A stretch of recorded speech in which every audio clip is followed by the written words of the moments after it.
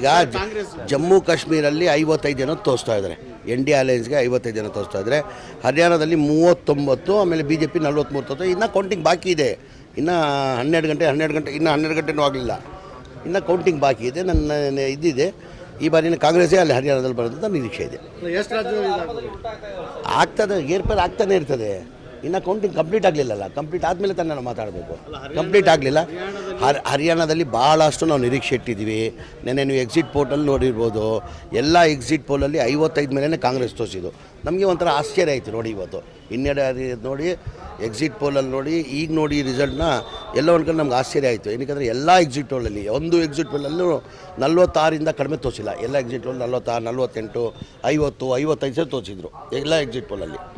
ಈ ರಿಸಲ್ಟ್ ನೋಡಿ ಎಲ್ಲ ಒಂದು ಕಡೆ ನಾವು ನಿರೀಕ್ಷೆ ಇಟ್ಟಿಲ್ಲ, ಈ ಥರ ಆಗ್ತದೆ ಅಂತ ನಿರೀಕ್ಷೆ ಇಟ್ಟಿಲ್ಲ. ಇನ್ನು ಕೌಂಟಿಂಗ್ ಬಾಕಿ ಇದೆ. ಕೌಂಟಿಂಗ್ ಇನ್ನೂ ಬಾಕಿ ಇದೆ. ಈ ವಿಡಿಯೋ ನಿಮಗೆ ಇಷ್ಟವಾದಲ್ಲಿ ಲೈಕ್ ಮಾಡಿ, ಶೇರ್ ಮಾಡಿ, ಸಬ್ಸ್ಕ್ರೈಬ್ ಮಾಡಿ.